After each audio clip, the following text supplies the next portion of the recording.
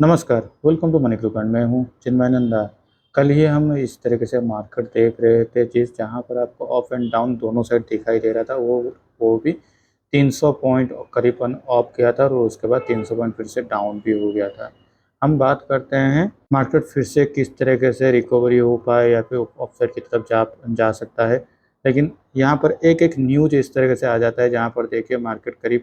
2 बजे के आसपास करीब 23,750 ये सारे रेंज पे ट्रेड कर रहा था और मार्केट क्लोजिंग होते होते करीब 23,500 तक भी नीचे आ गया था। तो एक्चुअल में रिटेल ट्रेडर हम लोग जैसे क्या कर सकते हैं, देखिए पिछले कुछ दिनों से अगर लगातार 3 दिनों के अगर मार्केट क्लोजिंग के टाइम पर अगर हम देखते हैं तो यहाँ पर देखिए एक स्ट्रॉन्ग बाइंग का हैपनिंग दिखाई दे रहा था। उसके अगले दिन यहाँ पर भी एक स्ट्रॉन्ग बाइंग का हैपनिंग दिखाई दे रहा था। हालांकि ये कैंडल छोटा है लेकिन यहाँ पर भी स्ट्रॉन्ग बाइंग का हैपनिंग हो रहा था और यहाँ पर भी एक आपको स्ट्रॉन्ग बाइंग के हैपनिंग ही दिखाई दे रहा था। यहाँ पर एक छोटा सा डब्ल्यू पैटर्न फॉर्मेशन होते हुए दिखाई दे रहा था 50 मिनट चार्ट कैंडल पे और ये उसका ब्रेकआउट लेवल था करीब 23,550 के आसपास के ब्रेकआउट लेवल था। ट्यूसडे के दिन यहाँ पर मार्केट ओपन हो जाता है 23,500 2030 ये सारे लेवल के आसपास मार्केट ओपन हो जाता है और पहले ही 50 मिनट्स कैंडल पे ये डब्ल्यू पैटर्न को फॉर्मेशन होते हुए मार्केट एक साथ ऑफसेट की तरफ मोमेंटम होता है और ओपनिंग के साथ ही यहाँ पर देखिए छोटे टाइम फ्रेम में 50 मिनट टाइम फ्रेम में यहाँ पे प्राइस एक्शन बनाते हुए मार्केट अपना ऑल टाइम हाई के लेवल के सॉरी अपना ब्रेकआउट अपना एक स्ट्रॉन्ग लेवल की ओर से जा रहा था 23,800। अगर आपको याद होगा तो मैंने यहाँ पर एक वीडियो में मेरे पिछले वीडियो में भी यही बताया था। मार्केट यहाँ से गिरावट शुरू हुआ था ज़्यादा अभी रिसेंटली 24,200 से नीचे की ओर से आया था 23,300 के आसपास कहीं पर। तो करीब 800 पॉइंट का करीबन गिरावट हमको दिखाई दे रहा था और इसका अगर 50% हम लोग देखते हैं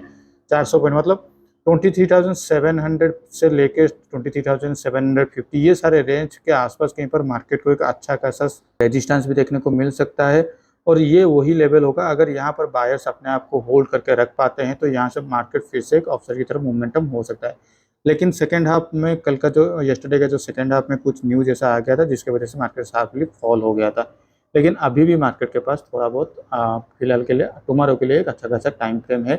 क्योंकि अगर हम थोड़ा डेली चार्ट में आते हैं तो यहाँ पर देखिए मार्केट यहाँ से एक जो गिरावट दिया हुआ था 24,200 से आसपास कहीं पर यहाँ पर एक डब्ल्यू बटन फॉर्मेशन हुआ है और यहाँ से अभी तक क्लोजिंग दे दिया। अगर मार्केट कल यहाँ से मार्केट ओपन होते ही इस तरीके से अगर कहीं पर एक रैली दे देता है तो यहाँ पर आपको एक डब्ल्यू बटन फॉर्मेशन होते हुए दिखाई दे सकता है और इसका ब्रेकआउट लेवल करीब आ सकता है 23,750 23,700 780 ये सारे रेंज के आसपास कहीं पर दिखाई दे रहा है। और अगर ये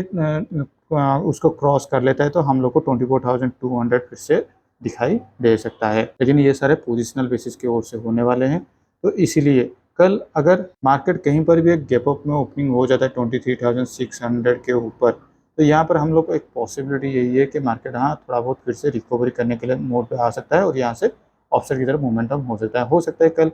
आज के टाइम पे इतना बड़ा कैंडल फॉर्मेशन हुआ है नीचे की ओर से 23,450 से लेकर 23,800 लगभग करीब के आसपास 300 पॉइंट का मोमेंटम हुआ है। ऐसा भी हो सकता है यहाँ पर एक इनसाइड कैंडल भी फॉर्मेशन हो सकता है। तो देखते हैं मार्केट कल किस तरह से क्लोजिंग देता है। कल का क्लोजिंग प्राइस हम लोग के लिए बहुत ही इंपॉर्टेंट बनने वाले हैं। तो डेली चार्ट के से तो ये तो हो गया एनालिसिस। अभी 15 चार्ट के हिसाब से देखते हैं किस तरीके से मार्केट बिहेव कर सकता है। कल अगर मार्केट फिर से यहाँ पर ओपन हो जाए 23,600 के ऊपर तो हम लोग के लिए एक अच्छा खासा ऑप्शन की तरफ देखने को मिल सकता है अगर प्राइस एक्शन बनाता है या फिर हम लोग को यहाँ पर 23,800 ऊपर की ओर से रेजिस्टेंस और नीचे की ओर से 23,400 ये उसके लिए एक सपोर्ट की तरफ काम करेगा और मार्केट यहाँ पर थोड़ा बहुत साइडवेज वोलेटिलिटी मार्केट में फॉर्मेशन हो सकता है क्योंकि कल वीकली एक्सपायरी भी है निफ्टी का। लेकिन अगर मान लीजिए कहीं पर भी मार्केट फ्लैट में ओपन हो जाता है मतलब 23,500 से लेकर 23,450 ये सारे रेंज के नीचे अगर गैप डाउन पे ओपन हो जाता है या फिर फ्लैट में ओपन होता है तो यहाँ पर मार्केट में फिर से एक सेलिंग का प्रेशर दिखाई दे सकता है। वंस अगर ये तोड़ता है 23,450 ये सारे लेवल को अगर तोड़ देता है तो यहाँ से मार्केट और भी ड्रास्टिकली नीचे जा सकता है। तो चलिए अब देख लेते हैं बैंक निफ्टी में किस तरीके से मोमेंटम हो सकता है। बैंक निफ्टी में भी सिमिलरली अगर हम लोग देखते हैं तो मार्केट एक अच्छा खासा परफॉर्म कर रहा था।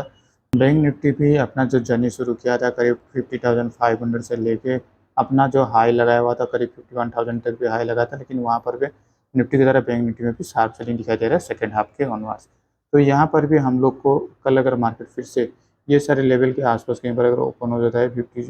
50,800 के आसपास कहीं पर अगर ओपन हो जाता है तो यहाँ पर फिर से मार्केट में एक प्राइस दिखाई देता है, तो हम लोग बाइंग के साथ प्लान आउट कर सकते हैं। पहला हम लोग का रेजिस्टेंस होगा 51,000, और स्लो एंड स्टडीली अगर मार्केट यहाँ पर थोड़ा बहुत टाइम स्पेंड करता है तो मुझे ऐसा लगता है यहाँ पर भी मार्केट थोड़ा बहुत सपोर्ट लेके ये रेजिस्टेंस जो है उसके लिए सपोर्ट बन जाएगा और यहाँ से मार्केट फिर से ऊपर जा सकता है। लेकिन 50,600 या फिर 50,500 ये सारे रेंज के नीचे अगर मार्केट आना शुरू हो जाता है तो यहाँ पर भी मुझे निफ्टी की तरह बैंक निफ्टी में भी एक सेलिंग का प्रेशर दिखाई दे रहा है, और ये फिर से कंटिन्यू हो सकता है, करीब 50,000 तक भी हम लोग का जा सकता है। सबसे बड़ा इंपॉर्टेंट पॉइंट्स ये है, मार्केट जो कल के येस्टरडे के दिन पे जो रैली दिया हुआ है वो बायर के साइड पे से होना चाहिए। अगर ऐसा ना हो कहीं पर ये शॉर्ट कवरिंग हो रहा है, क्योंकि मार्केट ऊपर की ओर से करीब निफ्टी हो गया या फिर बैंक निफ्टी हो गया ऊपर की ओर से अभी तक करीब अपना ऑल टाइम हाई से 10% तक करेक्शन हो चुके हैं, तो हो सकता है यहाँ पर एक पुल बैक दिखाई दे रहा होगा, उसके बाद फिर से एक सेलिंग का प्रेशर दिखाई दे रहा है। लेकिन अगर बायर्स सच में बाइंग कर रहे हैं तो कल ही के दिन मार्केट को फिर से एक स्टेबलाइज में देखने को मिल सकता है, और मार्केट अपना अपना जो लेवल है बैंक निफ्टी में 51,000 हो गया और यह निफ्टी में करीब 23,750 ये सारे रेंज के आसपास कहीं पर फिर से चले जाना चाहिए। तो चलिए अब देख लेते हैं हमारे पोजीशन की, और मैंने कल ही के दिन 2 पोजीशन पे ऐड किया हुआ हूँ, वो है 24,100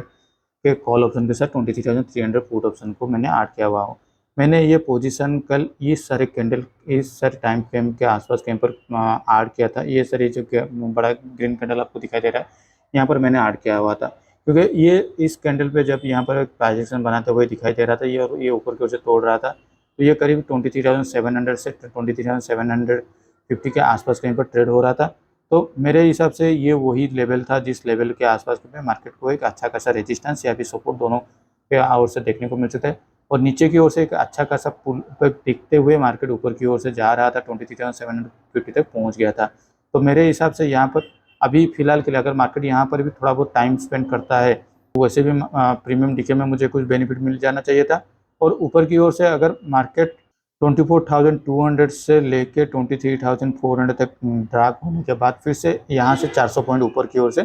मोमेंटम हो चुका है, तो ये ज़्यादा पॉसिबिलिटी था कि ये महीने के आखिर तक अगर ये मार्केट ऊपर की ओर से रिकवरी करता है तो करेगा, या फिर ये सारे लेवल के आसपास कहीं पर 23,900 से लेकर 23,500 ये सारे रेंज के अंदर ही कहीं पर क्लोजिंग दे देना चाहिए था। तो उसी हिसाब से अगर मार्केट ऊपर नीचे थोड़ा वोलेटिलिटी भी होता तो मैं उसी हिसाब से एडजस्टमेंट कर लेता।